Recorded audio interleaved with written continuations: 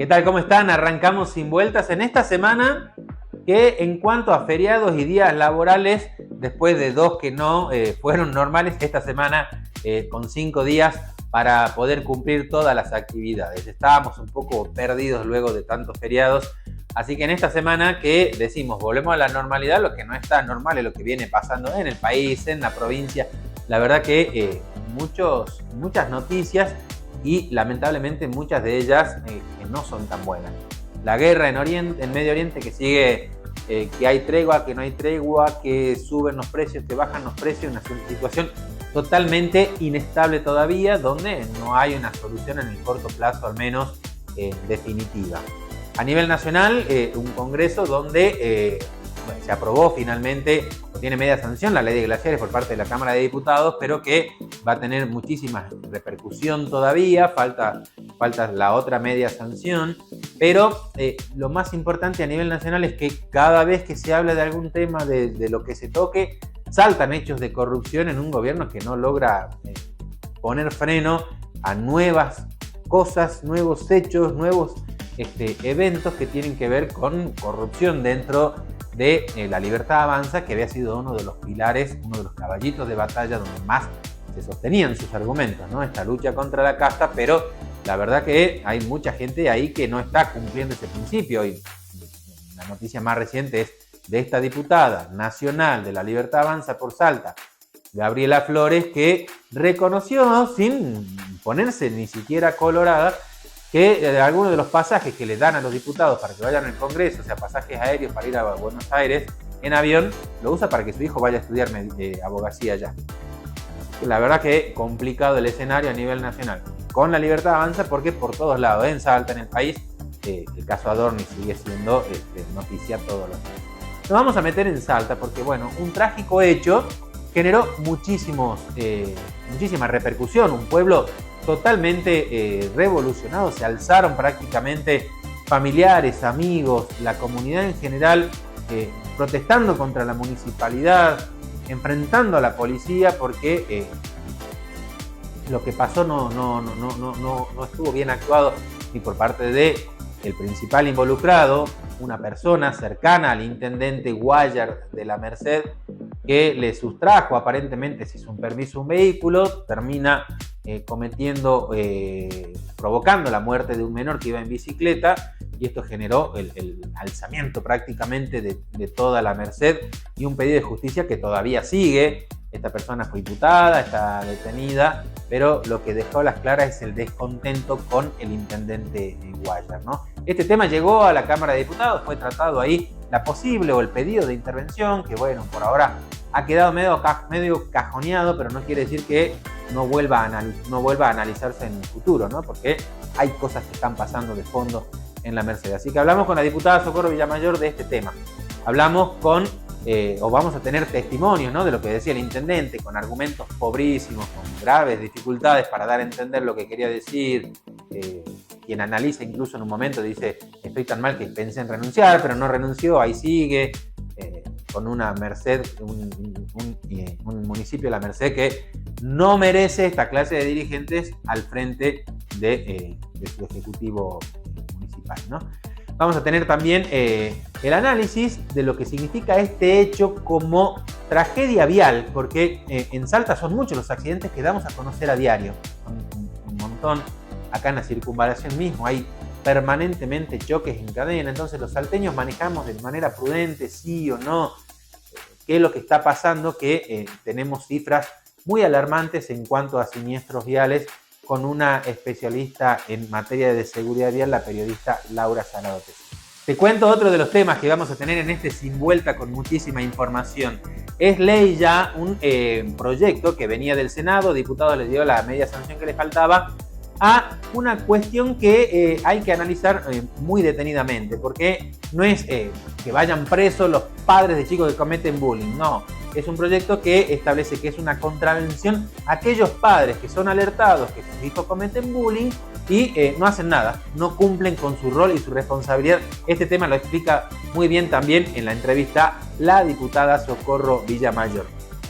Otra noticia que tuvo muchísima repercusión esta semana y que fue primicia en Radio Loop 94.7 fue por un lado sabíamos que el boleto de colectivo se iba a 1.450 pesos, pero Saeta tomó otra medida y tenía en su facultad de hacerlo porque no era vía ley, no había nada, sino Saeta había dado como un beneficio adicional en su momento que los transbordos hechos dentro de la primera hora eran gratuitos. Bueno, Claudio Moro, el presidente del directorio de Saeta, lo dijo acá en Radio Loop esta semana, y que bueno, muchos medios se hicieron eco, obviamente, porque esto implica en el bolsillo, que dejaba de ser gratuito el transbordo. Es decir, que aquellas personas que se bajaban en colectivo y tomaban otro corredor para llegar a su lugar de trabajo, a hacer compras, a lo que fuese, iba a pagar ahora un 50% de un boleto adicional. Bueno, vamos a tener estas declaraciones de Claudio Mor acá en Radio Loop 94.7. Vamos a meternos en temas judiciales, en temas que tienen que ver con la situación carcelaria en nuestra provincia. Primero, ¿por qué? Porque otra vez presos de la alcaidía se fugaron. En este caso fueron dos. Uno fue rápidamente encontrado. Hay uno que todavía está prófugo y la provincia incluso determinó una recompensa de 10 millones de pesos para quien encuentre a Jonathan Peloc, alias Camboya. Van a estar viendo sus imágenes porque se dan a conocer muchísimo difusión de esto, no solamente en Salta, sino en países y provincias vecinas, para dar con esta persona porque es peligrosa, se escapó, hay aparentemente cierta complicidad, por eso hubo cambios en las autoridades de la Alcaldía General de la provincia. Sobre este tema vamos a estar hablando con el presidente del Comité contra la Tortura, porque va a dar cifras muy llamativas en cuanto a la situación de las personas que se encuentran detenidas en nuestra provincia. Siguiendo con temas judiciales, vamos a tener la palabra del abogado, por un lado de la defensa y por otro lado de la parte querellante, en este juicio que tiene mucha repercusión por los involucrados, ocurrido en el barrio privado El Tipal, donde una de las estrategias de la defensa era hacer la reconstrucción del hecho para demostrar que fue más que un femicidio, un accidente en una discusión en una pareja, ¿no? Y finalmente nuestro bloque de minería va a estar Noé Pandolfi, como siempre, en este caso con Federico Russo, presidente de Capemisa, actualizándonos todo lo que tiene que ver con la industria minera en nuestra provincia.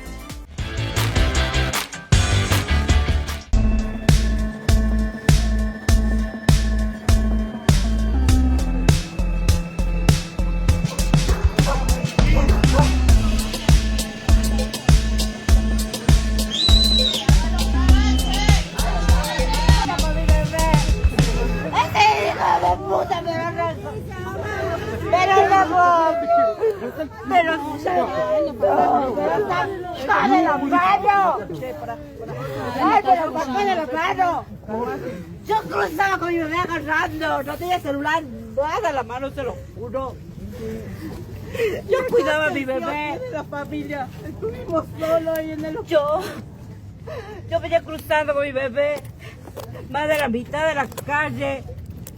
Este arrancó, pero me llevó a mi bebé, me llevó a mí también. Yo pido justicia, por favor, se lo pido.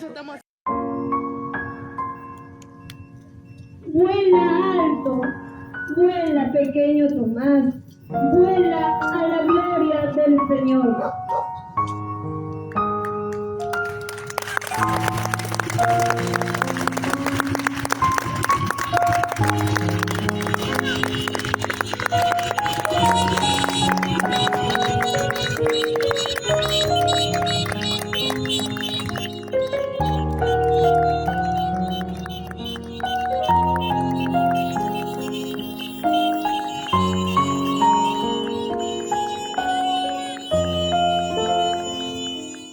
Bueno, así arrancábamos, ¿no? Muy conmovedor ver a la madre que acaba de perder a un hijo en un accidente o siniestro vial ocurrido en La Merced.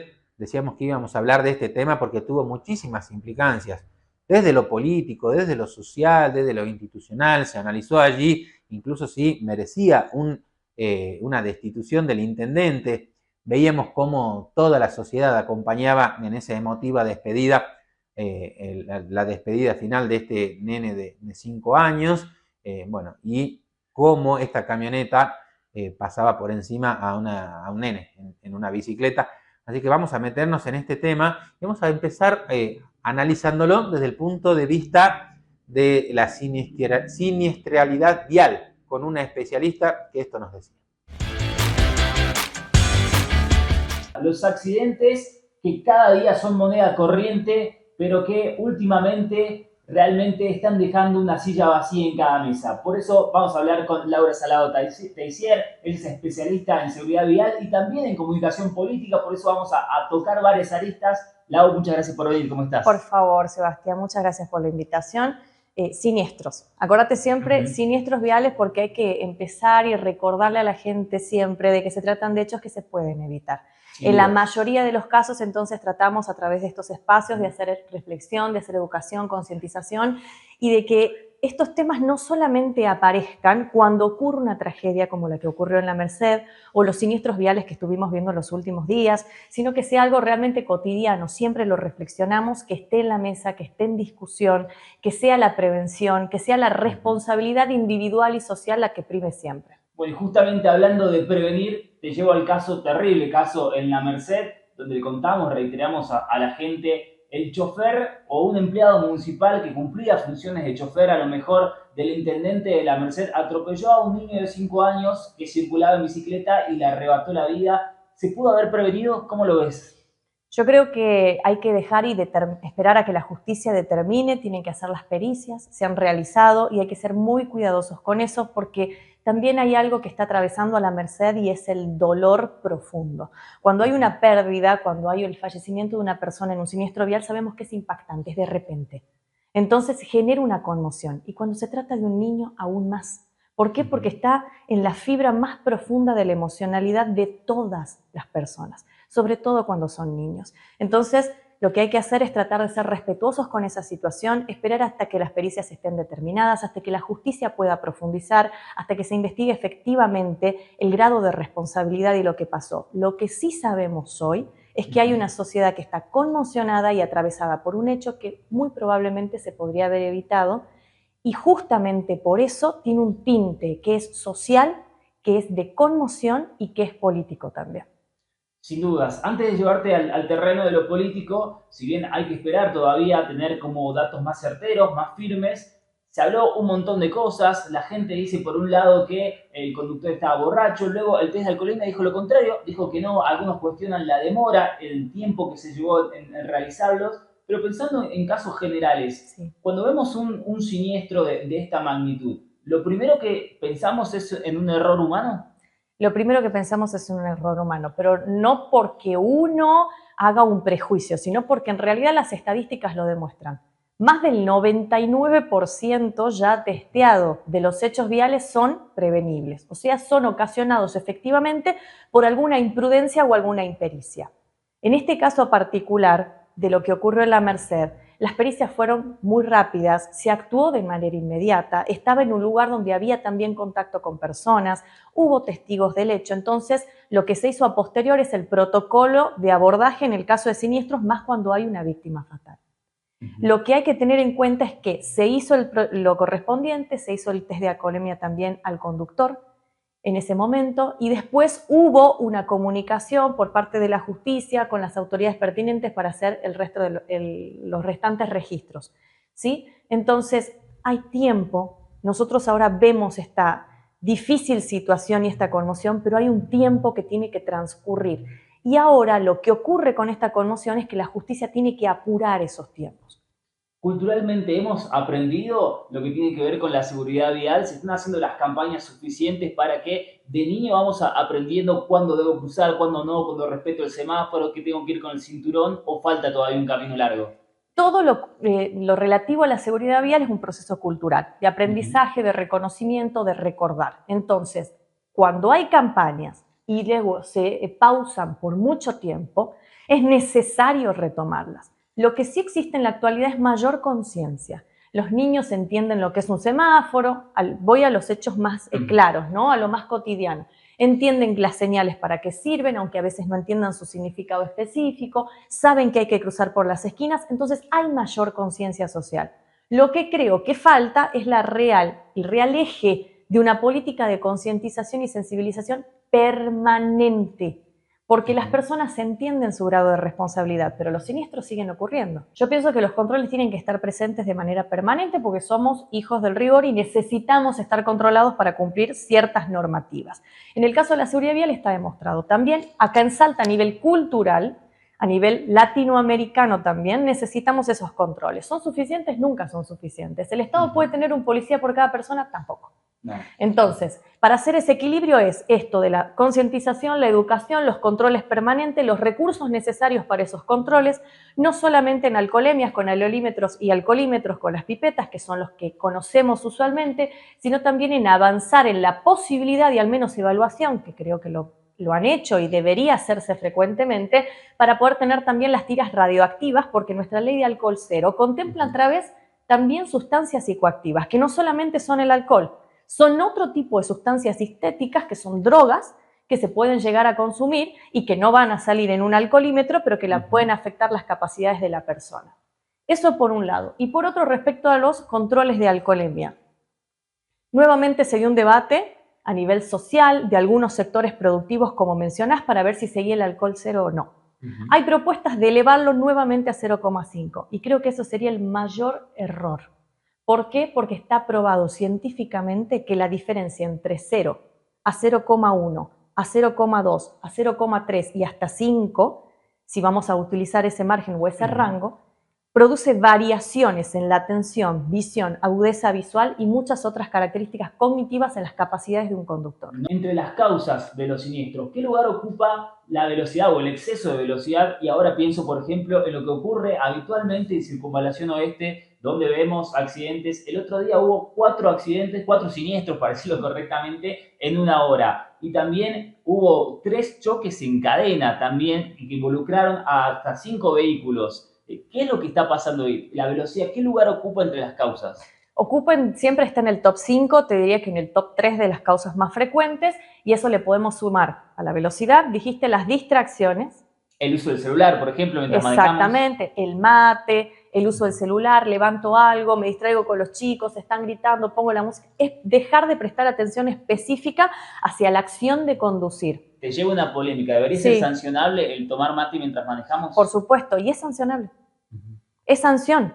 Y si la gente no lo sabe, que se entere y que vaya a revisar la normativa. Y te doy esa tarea para que después hagamos una notita también en Informate y puedan colgar perfectamente cuál es la sanción. No pueden estar ni fumando, ni tomando mate, ni conduciendo con chancletas. Hay situaciones que pasan de cotidianas y que en realidad son distracción efectiva. El conductor tiene que estar 100% de manera utópica, pero digo, tiene que estar con sus sentidos puestos específicamente en la conducción, con sus 2 brazos agarrando el volante y la palanca de cambios. No puede hacer otra acción. ¿Por qué? Porque necesita tener esa capacidad de reflejo y reacción ante cualquier imprevisto que ocurra en el entorno vial. El tema de la velocidad es importante y en circunvalación, como en algunos otros espacios, pero principalmente allí donde me mencionás, tenemos que tener en cuenta el gran proceso de extensión en las urbanizaciones. Hay cada vez más vehículos y cuando hay vehículos, mayor cantidad de vehículos, mayor probabilidad de siniestros viales. Por tanto, antes veíamos una circunvalación oeste con una densidad de vehículos. Hoy la triplicó fácilmente. Creció enormemente. Muchísimo. Entonces tenemos mucha más gente circulando, son más vehículos en una vía de alta velocidad, porque es la de más alta velocidad en un entorno relativamente urbano, y a eso hay que sumarle la rapidez con la que van porque están llegando tarde, el exceso de confianza por circular todos los días por esa misma ruta, las distracciones que se producen, las tensiones, el estrés.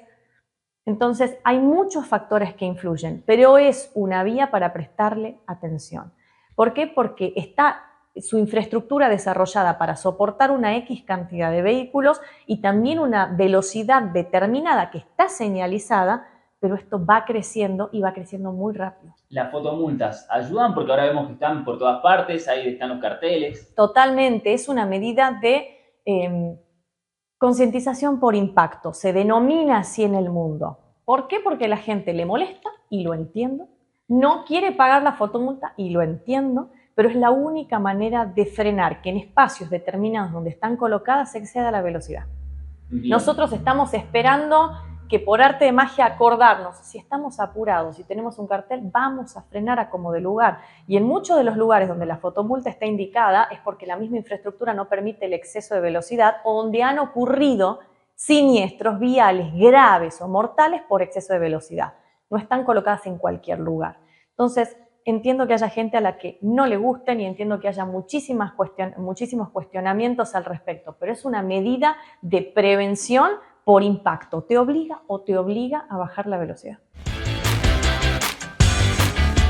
Siguiendo con este tema, vamos a tener un fragmento de una entrevista que daba el intendente Guayar de la Merced en un medio colega, tratando de justificarse y decir, me siento mal, pero yo no fui, sí la conozco a esta persona, pero me sacó la llave del ropero, yo no tengo la culpa. Algunas de las frases en una entrevista que la verdad generó, digamos, de alguna manera mucha congoja por cómo él trataba de justificar este hecho y en definitiva deja las claras que la situación en el municipio y en su casa en particular no está nada bajo control. Pero también la palabra del diputado Luis Alvesa de Cerrillos, quien fue uno de los impulsores del pedido de destitución del intendente, dando estos argumentos. Porque yo también tengo un hijo, digamos, y si pasaría otro chico, también me sentiría mal, digamos. Sería mi hijo o cualquier otra persona. Uh-huh. ¿Es verdad que la persona que atropelló al nene y lo mató tenía un intento de agresión sexual sobre una mujer del pueblo y que ustedes intervinieron para que esta persona retire la denuncia y así todo lo contuvieron adentro del municipio y que él andaba también en su camioneta en ese momento? No, yo nunca defendí, digamos, él. Lo único que por ahí el problema que él tenía, yo lo conozco de chico, no tenía dónde vivir y dónde quedarse, todo, yo siempre lo resguardé en mi casa o lo di una mano, digamos. Eso nada más, digamos. Pero bueno, sí tenía problemita que por ahí siempre lo retaban porque salía, chiteaba a las chicas y todo eso, no quería tampoco hacerse ver la pensión, todo, porque él sentía que no tenía problema, digamos. ¿Era su chofer él o no? No, él trabajaba en la MUNI, ya estaba prohibido manejar de hace varios meses por varias ocasiones. ¿Por qué? ¿Qué había pasado? Y no por eso, de ese problema que había chisteado a la chica, pero ya más antes siempre venía, digamos, yo siempre le voy a decir la verdad, mire, él no quería laburar, no quería hacer nada, lo único que le gustaba era manejar. Y por ahí manejaba cuando tenía bien los papeles, el carnet de conducir y todo, y yo me ponía a la par y manejaba por partes, si no, no manejaba, digamos. Y nosotros no lo presentamos en contra del intendente, entendemos que fue votado, creemos que no hay una culpa directa de él, al menos penal, pero sí hay muchas responsabilidades y nosotros como legisladores tenemos que velar por los servicios públicos y por los vecinos, en definitiva, ¿no? Que puedan ir a la municipalidad a hacer un trámite, pagar sus tributos, que puedan ir a hacer un trámite de un loteo, un asesoramiento, ver a algunos de los funcionarios. Eso, en definitiva, es el derecho que tenemos todos los ciudadanos de peticionar ante las autoridades y es la obligación del municipio de brindar esos servicios que hoy no están ocurriendo. Así que entendemos que eso sí significa una gravedad institucional, por eso hemos presentado el proyecto y también representamos la conmoción y entendemos la conmoción de todos los vecinos que nosotros también representamos. Y entendiendo todo eso, hemos presentado el proyecto, como bien decías, ha tomado estado parlamentario, se ha girado a las comisiones y ahora ya cada uno de los legisladores deberá analizarlo en cada una de las comisiones a las cuales fue girado. Se produjo un hecho trágico, ¿no? Una lamentable pérdida de un pequeño durante el fin de semana en la Merced. Y también esto empezó a reflejar, podríamos decir, un descontento social por la gestión municipal. ¿Esto es así? Más allá de que la comunidad se encuentra plenamente activada de acompañar a la familia en el pedido de justicia y más allá de los mecanismos de justicia y esas cuestiones que ustedes seguramente van a poder consultarlas con gente idónea en esa materia y demás, también hay una cuestión de institucionalidad que llegó al punto de generar una situación de que se veía totalmente vulnerada una posibilidad de paz social dentro del municipio. ¿Pero por qué? Porque esto entra dentro de un contexto en donde la ciudadanía ya viene reclamando cuestiones de ausencia de gestión, cuestiones de irresponsabilidades de gestión, y en ese contexto esto no llega como un hecho aislado, sino como si fuera una consecuencia de lo que los vecinos y las otras instituciones vienen ya observando. Entonces, es por eso que se genera como un estallido, porque se quiere que esto no pase desapercibido porque va solamente por la parte judicial, porque en ese caso se deja en riesgo que más situaciones se sigan sucediendo. Si alguien no pone paz en esta situación, pueden suscitarse más acontecimientos desafortunados y no se está garantizando un volver al funcionamiento y a la paz social. La justicia va a tomar su rumbo y tiene su tiempo, pero el hoy hay un desacuerdo de la comunidad, una ruptura con la gestión. Entonces no se puede, no hay gobernabilidad en el lugar. De hecho, el intendente ronda, pero no presencia el municipio, entonces hay una clara delegación de funciones, porque no se anima a estar en el pueblo. O sea, antes no lo estaba porque era en general bastante ausente, y ahora es porque realmente tiene temor de estar, con lo cual hay una gobernabilidad totalmente cuestionada. Creo que la comunidad entera te lo puede decir, se siente que esto no puede continuar, que algo formal tiene que generarse a los efectos de que la Merced siga funcionando. Y como dice usted, el intendente ronda la Merced, pero no está realmente presente. ¿Y ustedes ya venían advirtiendo algunas irregularidades previas en el manejo municipal? Este consejo entró en funciones en diciembre, bueno, con la pausa. Nosotros igualmente somos de los consejos que antes arranca, pero a su vez yo he compuesto un consejo anterior, no el anterior, sino el consejo del año 21, 22, 23. Y desde entonces este intendente tiene una causa en la justicia que está elevada a juicio ya, por peculado y administración fraudulenta. O sea que antecedentes en la justicia los tiene. Hay 700 firmas, por ejemplo, que establecen una denuncia solicitando juicio político. Esto ya tiene más de casi 60 días, y que aseguran en esa denuncia atestiguar un mal desempeño como funcionario. Digamos, todas estas cuestiones ya venían acumulándose. Entonces, hoy, por ejemplo, un intendente que no puede pisar su municipio porque la sociedad no se lo va a permitir, mientras esto no se sienta que hay, o sea, ¿qué siente la comunidad? Que hay una orfandad, que nadie está peleando sus derechos. Desde el Consejo Deliberante nosotros lo hacemos con nuestras herramientas, pero ante esta situación un poco no alcanzan esas herramientas, porque nuestras herramientas tienen un plazo muy prolongado en donde el jefe comunal puede permanecer en su lugar, y eso significa que no solucionamos este problema de esta ruptura de la comunidad. Y de no avanzar una intervención, ¿podrían empezar a discutir lo de juicio político?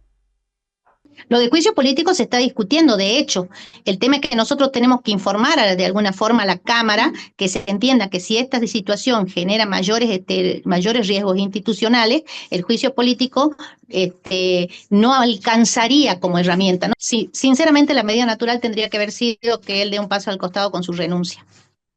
Si eso no sucede, que digamos es como un ministro, que cuando algo salió mal viene y te pone la renuncia.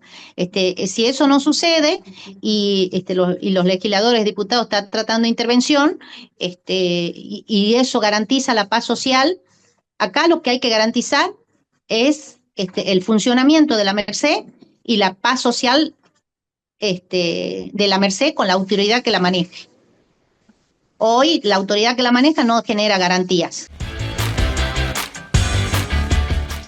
Diputada Socorro Villamayor nos está visitando en el día de hoy porque, bueno, hay dentro de la temática del programa un par de temas donde la podemos tener como referente, tener su visión, algunos de ellos que ocurrieron en la última sesión del martes pasado, que fue de las más largas de los últimos tiempos, ¿no? Hubo muchas exposiciones, muchos temas, algunos de ellos polémicos, pero uno tiene que ver con algo que ya hablamos en el programa, esto que ocurrió en la Merced, lo de la trágica muerte de un niño, y había por ahí un pedido de intervención al municipio, pero que no prosperó, ¿no? ¿Cómo estás, Socorro? Hola, ¿cómo te va? Contanos un poco cómo fue la cocina de este proyecto y qué es lo que se decidió dentro de la Cámara de Diputados. Mira, el proyecto de intervención fue planteado por los diputados del Departamento de la Merced. Puntualmente el diputado Jorge y el diputado Alvesa. Son los dos. Es departamento, incluye a Cerrillos y la Merced, tiene dos diputados, un senador. Los dos diputados piden la intervención. Exactamente. Comentan ellos que había sido en diálogo también con el senador. Yo no estuve presente en la reunión con el senador, pero sí puedo dar fe que está incorporado este expediente a petición de ambos diputados. O sea que Caro Dávalos, el senador, también estaba de acuerdo. Dicho por los diputados. Por los diputados. ¿Sí? Entiéndase que los legisladores del departamento están de acuerdo en eso. Según expresiones, yo vi... la firma de dos. Con ambos, hablé con Jorge y con... el hecho es que ellos solicitan la intervención ante una situación de conmoción social por este hecho luctuoso, y mi saludo particular a la familia, pero que en definitiva vinieron como a demostrar este incidente trágico, que hay una disconformidad en el pueblo para con la municipalidad, ¿sí? Pero el hecho en sí mismo no es la causa, no podría ser causal de intervención. Si uno va a la Constitución y dice, ¿por qué puede ser destituido un intendente? Artículo 176 en de la ninguna Constitución. figuraría algo parecido a estar involucrado en un hecho de tránsito. O Por supuesto que tiene su interpretación la Constitución y en su aplicación hay que ser muy prudentes y minuciosos en lo interpretativo. Sí, porque pero lo que pasa ciertas precedentes, entonces lo que se haga hay que ser responsable con cada caso en particular. Exacto, cada caso en particular es distinto además, pero ahí establece crisis o desorden institucional. Que podría ser el caso, crisis, ¿no? O desorden institucional, que como te digo, la interpretación puede ser amplia, pero tampoco puede ser antojadiza y espasmódica. Claro, sí. Yo entiendo en esto que hay que ser muy prudente y ver cómo va evolucionando la situación local, porque el hecho en sí mismo, repito, no es causal de... El hecho en sí mismo, la muerte en sí misma... No, porque ni siquiera es él el protagonista, Exacto. Sino es un vehículo que sacó, según sus palabras, una persona que él tenía trabajando para él, en un vehículo que no debiera estar manejando, o sea, esa fue la realidad del Exacto. hecho. Si eso detona y pone en manifiesto una irregularidad institucional, a partir de allí se investiga y se descubre que hay faltas de pago, que es otra causal, o hay acefalía, por ejemplo, ante una renuncia del intendente, en ese caso sí amerita analizar una intervención. Entonces, ¿es entendible la presentación de los lugareños, de los diputados? Por supuesto que es entendible y atendible, pero la decisión de una intervención requiere, te repito, mesura, porque es el último remedio constitucional. Existen otros resortes previos. Puede ser desde la misma renuncia que en algún momento planteaba el intendente. Que él dijo, yo estuve tan mal que pensé en renunciar. Exactamente. Después no tuvo se ve tan que mal ahora y... está adquiriendo más ánimo para su continuidad, sí. Porque de hecho ya no se habla de la renuncia, pero era una probabilidad que quizás en lo institucional era lo más sano.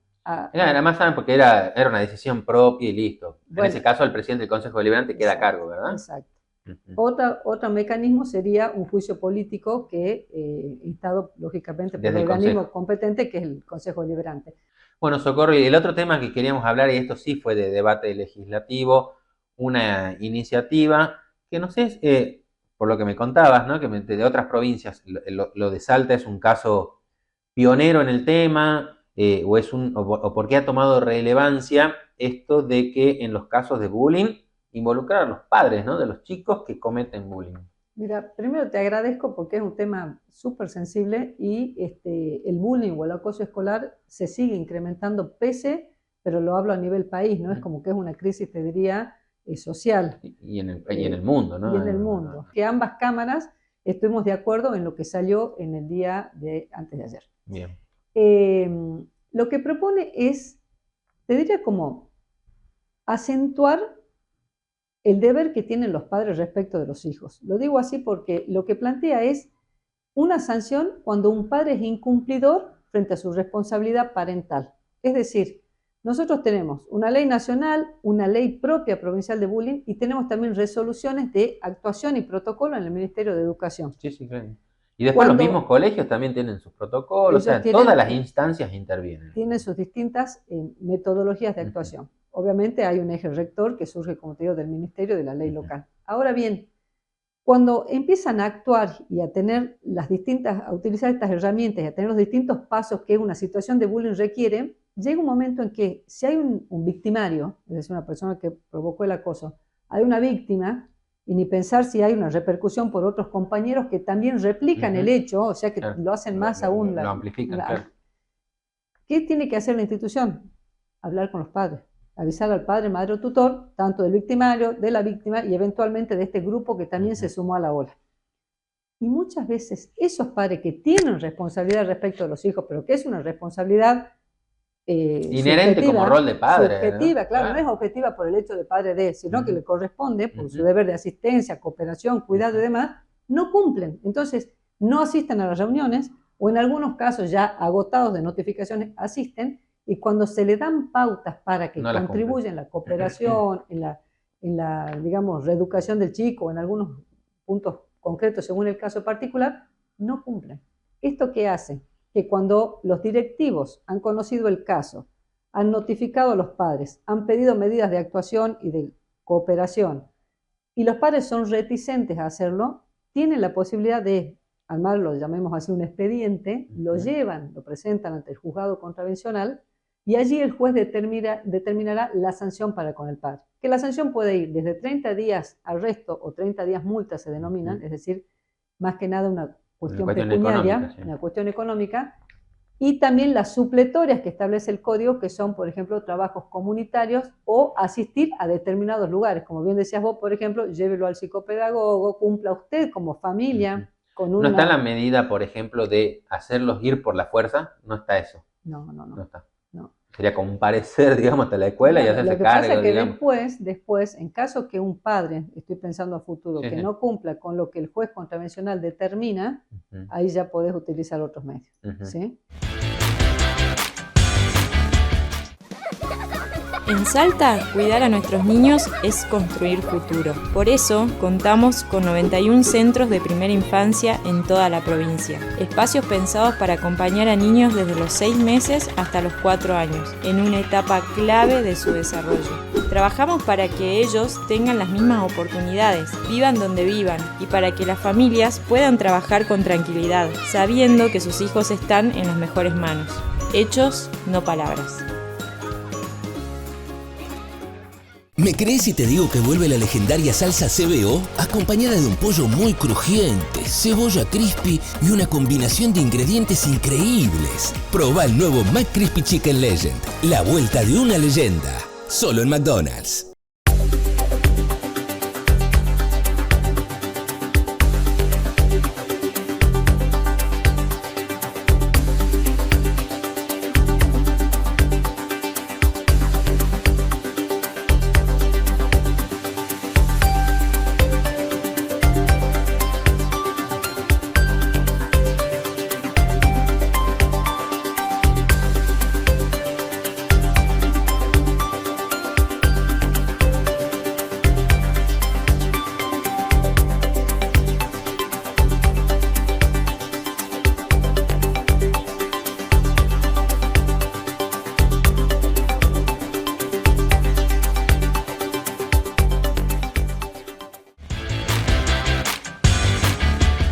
Dos novedades en cuanto a todos los usuarios del servicio de transporte público de pasajeros en el área metropolitana, al menos lo que tiene que ver con el manejo que hace Saeta de la parte tarifaria. Por un lado, ya había hecho un pedido a la MT de aumento, este entró en vigencia esta semana, pasó a ser de 1.450 el boleto, esto ya todos lo saben, todos los que usan el colectivo ya vienen pagando esa tarifa, pero acá en Radio Loop daba otra noticia a modo de primicia esta semana y decía que no era solamente esa la única medida que tenía que ver con afrontar los mayores costos que tiene que ver con sostener a un sistema de transporte que viene siendo muy deficitario, por cierto, sino que la gratuidad del transbordo tal como venía siendo del 100%, no iba a seguir siendo así, ahora se iba a empezar a pagar un 50% al hacer un transbordo. Esto lo explica el presidente del directorio de SAETA. Claudio, el tema de transbordo fue una decisión de SAETA, no está por ley, ¿verdad? No. Eso fue una decisión en oportunidad de que teníamos la posibilidad económica y lo pudimos aplicar. Tanto el transbordo como la tarifa plana. Lo que sí, la tarifa plana fue una cuestión planteada en el marco de los pedidos que se le hicieron a la ANT. Digo, esa es una decisión que ustedes podrían llegar a tomar sin que pasara por la legislatura. Sí, por supuesto. Sí, porque de alguna manera, vamos a ser crudos en el ejemplo, hablar de una bonificación. Nosotros decidimos que el segundo viaje esté bonificado. ¿Y eso cuándo se podría decidir? Yo te diría, ya hay una decisión del directorio, tenemos que ver desde cuándo lo aplicamos. De levantar el transbordo. Sí. Esa bonificación. Seguramente la idea no es levantarlo totalmente, sino dejar un porcentaje para que la gente deba pagar en el segundo viaje, sin retirarlos totalmente en lo que es beneficios, porque los beneficios tenían un transbordo, en ese caso retirarlo, que mantengan solo el viaje de beneficio, y en el otro caso, la gente que paga, llevarlo a un 50%. Bueno, vamos a seguir hablando de este tema, donde recordamos que hay una persona peligrosa y todavía prófuga de la justicia, y se ha establecido, ¿no?, una recompensa para dar con él. Se extendió la búsqueda a provincias limítrofes, a países limítrofes. Sumamos a Andrés Giordamachi, presidente del Comité contra la Tortura en nuestra provincia, porque bueno, todo lo que tiene que ver con los lugares de alojamientos a los presos, ya sea la alcaidía, comisarías, si es que existen en el interior, y seguramente en muchos casos, y los penales propiamente dicho, tienen la revisión, evalúan las condiciones, y bueno, han actuado en este caso de Camboya, esta persona que decíamos que está prófuga todavía de la justicia. ¿Cómo estás, Andrés? Hola, ¿qué tal? Un gusto saludarte y un gusto a la audiencia. Bueno, antes de entrar propiamente en este tema puntual, la situación sigue siendo complicada, ¿no? A nivel general de lo que es servicio penitenciario y todos los lugares de alojamiento de la provincia, eso no ha cambiado nada en el último tiempo. No, los números se siguen manteniendo. La provincia de Salta tiene alrededor de 4.000 personas privadas de libertad, en lo que son la totalidad de las unidades carcelarias, y Alcaidía sigue siendo un foco crítico de sobrepoblación en la provincia, ¿no?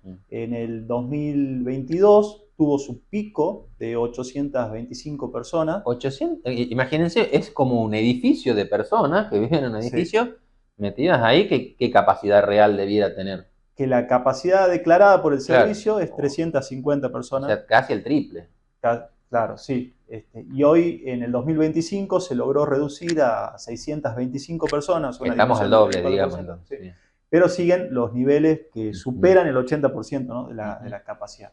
La alcaldía sigue siendo un punto crítico, algo que lo reconoció la provincia de Salta. Hay una emergencia carcelaria que en su momento fue resuelta por el ministro Cornejo, que estaba en esa época, y ahora fue ratificada por 3 años más, ¿no? Ahora vamos al caso de Peloc, de apellido, Camboya, el nombre, se ha dado a conocer su foto, mostraban los tatuajes y demás.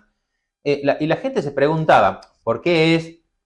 No es el único caso, ha habido otros casos más de fuga en la alcaidía. La alcaidía, muy pocos conocemos por dentro, salvo, no sé, alguien que haya ido a alguna visita, algo, pero son cuadras grandes donde están todos juntos, son pabellones, son celdas.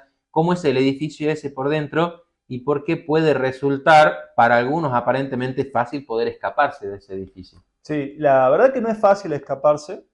O sea, tienen su seguridad, o sea, no es algo livianito en cuanto a seguridad. No, es extremadamente difícil escaparse, por eso, digamos, este hecho genera tanto revuelo, digamos, incluso impactó en el cambio de autoridades dentro de la...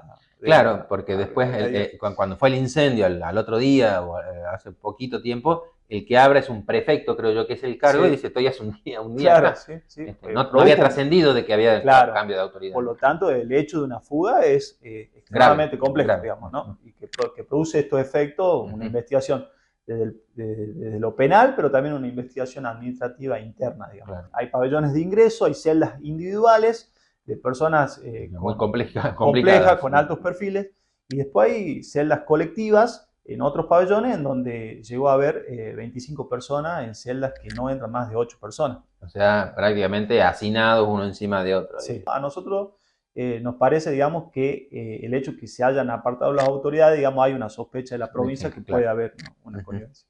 Y en este caso, la información es que limaron unos barrotes para poder salir, digamos. O sea, que no es que saltaron una tapa y se fueron, digamos. Claro. Un procedimiento, digamos. Claro, hubo, lo que se sabe hasta ahora es que sucedió de esa manera, digamos, se limó un barrote con alguna herramienta que tenían las personas, y bueno, se escaparon por ese lugar. Hay que tener en cuenta que la alcaldía es un lugar de paso, es un lugar de personas que todavía no tienen condena, por lo tanto, también son personas que les cabe el estado de inocencia, ¿no? En muchos de los casos, claro, el juicio va a determinar su culpabilidad, pero por ahí no. Y hay muchos casos donde el juicio determina que están absueltos, hay beneficio de duda o sobre.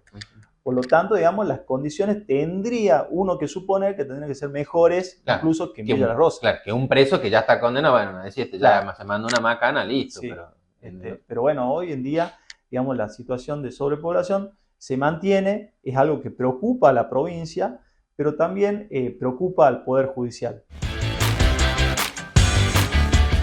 Nos metemos en el crimen en el Tipal, donde, bueno, en estos días se viene desarrollando un juicio que tiene amplísima repercusión. Por un lado, esta semana se hizo una reconstrucción del hecho, una de las medidas que tenía que ver con una estrategia de la defensa para tratar de demostrar que tenía que ver más con un accidente que con un hecho premeditado de un femicidio de parte de José Figueroa contra Mercedes Cadedaras. Vamos a escuchar la palabra tanto del abogado Casabela Dávalos de la defensa como de Jorge Ovejero, el abogado querellante. La primera vez en 3 años que se presta atención al acusado. Desde hace 3 años él declaró a los 7 días de haber sido detenido. Hizo la declaración de la verdad de lo que ocurrió y todo, absolutamente todo se fue confirmando. No se utilizó la muñeca que en principio estaba planificado y se tuvo que pedir la colaboración de una funcionaria. A ver, le explico. Esa es una falsedad de la fiscal interviniente y del querellante, el doctor Ovejero. Eso es absolutamente inexacto. La prueba de reconstrucción la ofrecí yo, no la ofrecieron ellos. Yo ofrecí para que sea de acuerdo a disposiciones del tribunal. Frente a ello, cuando el tribunal dispuso esa situación, yo ofrecí con los objetos que pudiéramos tener disponibles.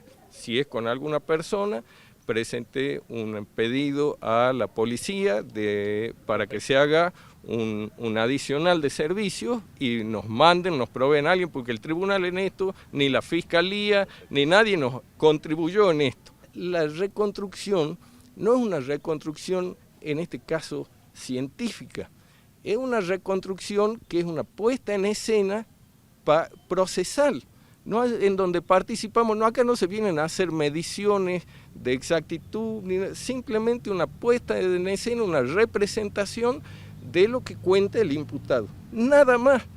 Es muy prematuro ahora hablar de sacar conclusiones del resultado de esta medida, porque es una medida en la que observamos la mecánica que explicó en su momento el imputado en su declaración,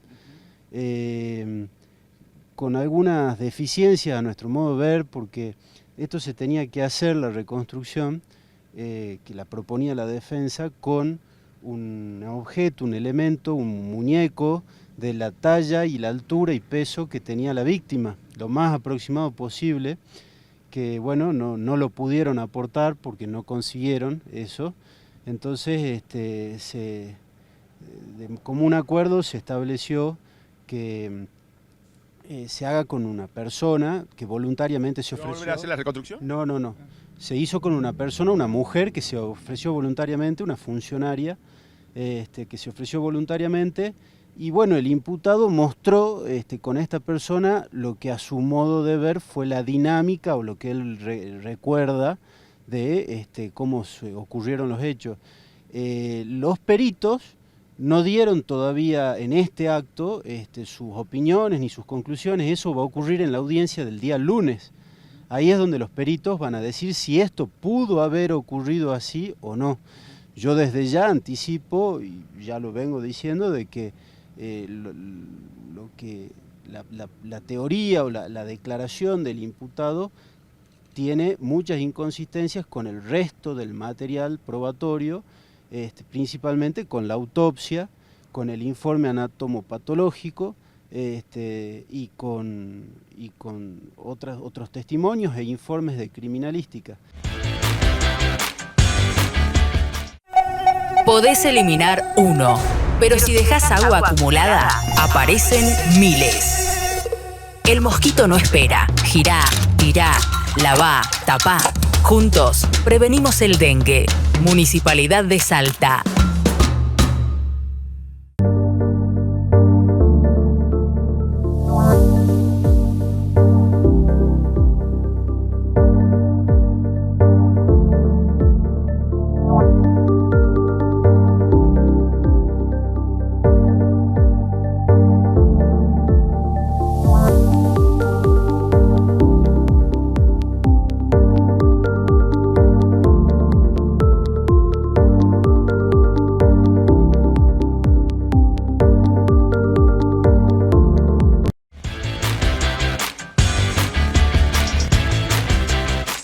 Continuamos en Sin Vueltas en nuestro clásico segmento sobre minería, donde hablamos siempre de los actores protagónicos que hacen posible la actividad minera, no solamente las empresas o la gestión de gobernanza minera desde el Estado o las comunidades, sino que dentro de estos actores protagónicos también está el entramado de proveedores locales. Aquellas empresas salteñas que brindan productos, que brindan servicios y que en definitiva hacen posible la actividad minera. Para eso y para conocer cómo vienen trabajando, hemos convocado a Federico Russo, presidente de Capemisa, para justamente conocer cómo están viviendo este momento los proveedores locales, qué expectativas hay hacia futuro, cuál es la agenda prioritaria de trabajo. Federico, bienvenido. Hola Noé, muchas gracias por la invitación. Por favor. Bueno, como para arrancar, lo primero es saber un diagnóstico, saber cómo describirías vos el momento que están atravesando los proveedores locales actualmente en relación a la actividad minera.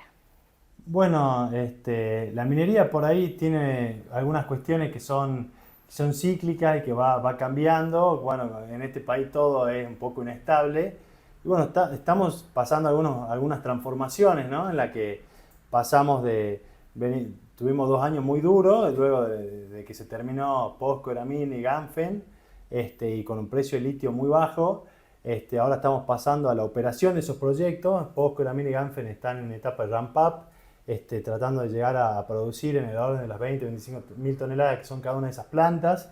Entonces, bueno, ahí ya en esas 3 empresas ya no tenemos lo que es la construcción y pasamos a tener otros tipos de contratos que son de operación, digamos, que son más de servicio minero, ¿no? Después tenemos la otra minera de operación que es Minera Manfield, que ya está, bueno, hace unos años en plena producción de oro.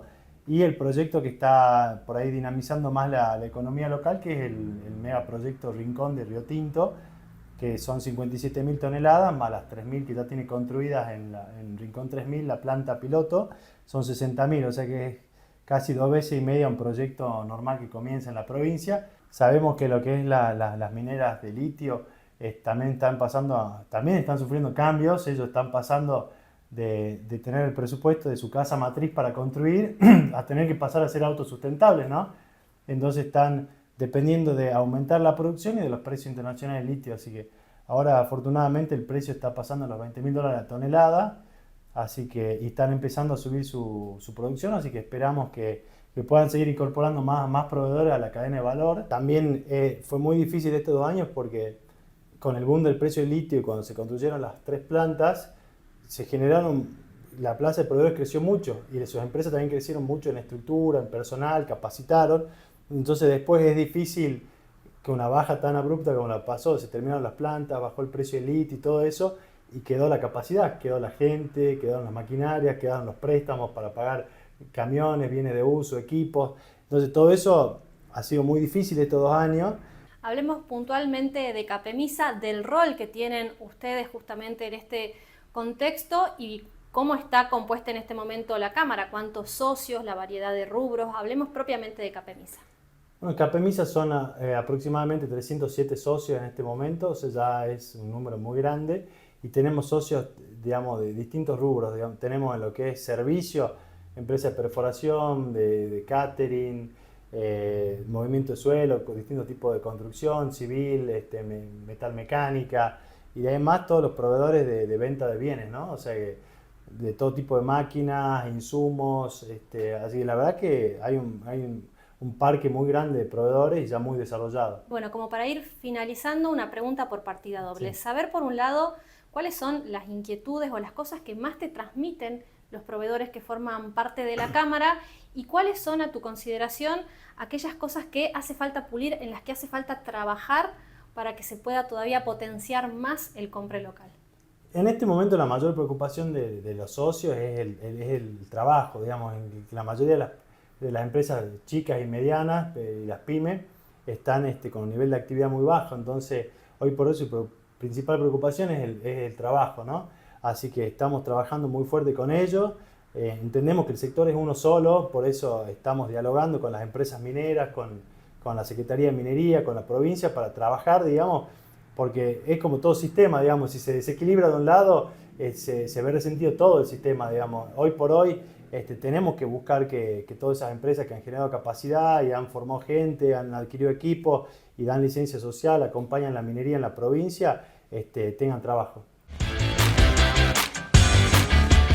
Bueno, llegamos al final de Sin Vueltas, como siempre, todos los días jueves de 21 a 22, con este resumen que pretendemos hacer de los casos que consideramos, ¿no?, los más trascendentes semana a semana y que, bueno, en este caso, en el día de hoy, hechos trágicos, ¿no? La fuga de un preso, el nene atropellado en la Merced, todas las implicancias políticas de este tema y, bueno, la cuestión judicial de este caso de femicidio que esperemos que prontamente tenga su resolución.